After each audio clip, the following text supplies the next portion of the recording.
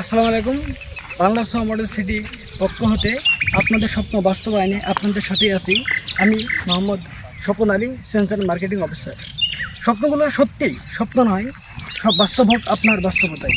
Bangladesh model city আপনাদের স্বপ্ন বাস্তবায়নের লক্ষ্যে মাত্র 1 লক্ষ টাকা সাব কবলা রেজিস্ট্রির মাধ্যমে আপনার স্বপ্নের গর্বিত জমির মালিক হওয়ার সুবর্ণ সুযোগ দিচ্ছে ঢাকা ধামরা উপজেলায়।